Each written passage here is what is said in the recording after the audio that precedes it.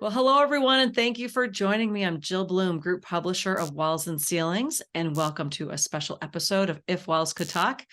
It's always an honor to have Trent Cotney, partner with Adams and Reese. Trent, thank you so much for joining me. Jill, thanks for having me. Well, Trent, it's the end of the year. There's always a lot of things to wrap up for all contractors listening, and we've got some great nuggets to talk about today. But let's talk about what you were just mentioned before we went live here about getting your house in order. What does every contractor need to know as they wrap up the end of the year? Yeah, so this is an interesting time of the year because from a business standpoint, because a lot of contractors are focused on getting dollars in the door, making sure their revenue numbers are where they need to be, hitting goals, watching the budget, all that kind of stuff. But things also start to slow down a little bit. Now is not the time for some big initiative, save that for next year. Everyone is sort of focused on holidays. There's already parties happening. People are buying gifts. It's, their minds, your employees' minds aren't necessarily where they need to be. But this is a good opportunity for you, if you're in management, to, think about all the different things that you can do to better improve your business and mitigate risk for the year to come. So first thing, Jill, is, take a look at your corporate, records, your business. Did you properly maintain it this year? Do you have meeting minutes? Is all that in order? And a real important thing is taxes. Most of the roofing contractors I know out there, except for the very large ones, are, usually a pass-through S corp type structure. So you really want to think about what expenses can you be taking now? What can you defer? Work very closely with your CPA to kind of, make sure you're making the right moves. Once 12/31 hits, that closes off a lot. Yes, there's some things that you could potentially do, 401k contributions and things like that, as far as matching and other things that happen after. But you definitely want to make sure that you're focused on year end to maximize whatever tax benefits you can. Yeah, great ideas there. Great tips, Trent. But what about risk mitigation? Yeah. So, you've heard me talk about it plenty of times. There's three core sets of documents that every contractor out there needs. One is your contracts, both upstream and downstream. The second, set is really your employee documents, your manuals and your policies and procedures, and then your safety. What do you have for a safety manual, toolbox talks, all that kind of stuff. So now is a perfect time to survey your year, identify all the problems that you had. If it's a customer related problem, check your contract. Do you have something that deals with that? If it was an issue with the subcontractor, check your subcontract. How could you better approach that in the future? It might be an SOP or something like that that you could put in place that would help identify that problem and cut it off. What kind of government enforcement did you have? Did you have issues with workers' comp or any of your insurance?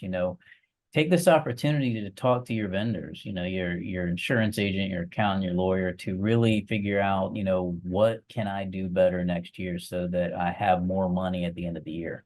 The goal is not to repeat any of the mistakes that were made in 2023 and 2024, right?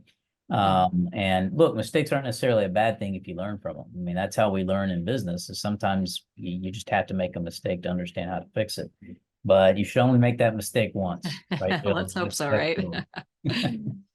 And so, Trent, what would you say for the contractors that are already super organized and they've already have these great things in place? What would be the first thing that everybody should try to get in place as they kick off their new year? Yeah, so I would make sure that as the new laws and things change in your state, or if there are, other regulations that are out there, that you've already got a plan to help implement what those are. So this is primarily on the employee side and with safety related regulations. You want to make sure that, you've got your HR policies in place, and that you're going to do some training if there's any new adjustments or changes. Some examples of that are, a few years ago, Illinois put in mandatory, sexual harassment training. Many of the states, after November, may transition from medicinal marijuana to recreational. So, thinking about that and figuring out how to deal with that from a safety perspective, from a drug-free workplace perspective, all those types of things. It's about having the ability to breathe, right? Because if most business owners, I'm the same way, you're the same way, we're just going, we're going nonstop. And what's great about the next few weeks is obviously spending time with family and friends and enjoying the holidays. but it also gives you a chance to breathe and think. And that's what I encourage. I encourage every owner that's out there, go to a coffee shop, go away, and just sit there and think, what can I do? How can I make my business better? And back when I had my own firm, this was the best time of the year because you really get to look at the process, see what works, see what didn't work. Doesn't matter how big you are, there's always room for improvement. And I would take this opportunity to kind of retool, reshuffle, and make sure you're optimized for next year. Very good advice, Trent. We always appreciate it. And, we just came away from Best of Success on the roofing side, and you had some great things to talk about there. But as you know, we're going to be in Florida for 2024. It's going to be, it seems like the days just fly by.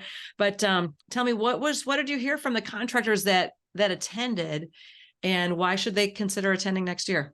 So first off, absolutely packed. It seemed like there were 500 plus people there. There were.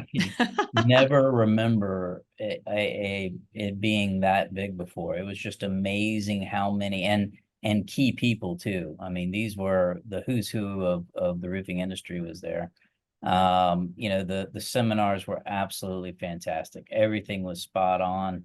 I learned so much just being able to sit there, not just there, but interact with people that are there.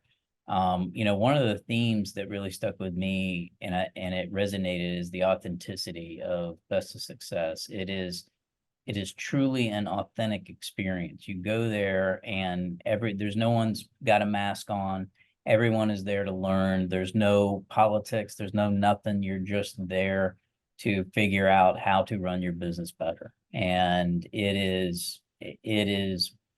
love the expo. It is by far my favorite event because I really get a chance to become better at business, which is important for everybody out there. It doesn't matter what you do.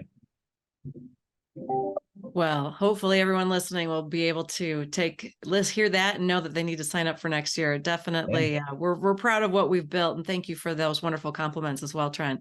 Yeah. And it's Testament always to you and the BMP and the roofing contractor team. It just a fantastic thing. I have no idea how you guys do it, but from start to finish, absolutely fantastic. Well, thank you very much. And thank you again, Trent, for all your nuggets of information for all the contractors out there. If anybody has any questions, how do they get a hold of you? Sure, they can always email me at trent.cotney@arlaw.com or hit me up on social at Trent Cotney. Sounds great. And if anybody has any questions for us, it's wconline.com or roofingcontractor.com. And while you're there, make sure you sign up for all our free content, especially our e-newsletters, our website. Follow us on all of our social media channels as well, so you can stay up to date on all the great videos we're putting out like we do with Trent. And most importantly, stay safe and healthy, and we'll talk to you soon. Thanks again, Trent. Thank you.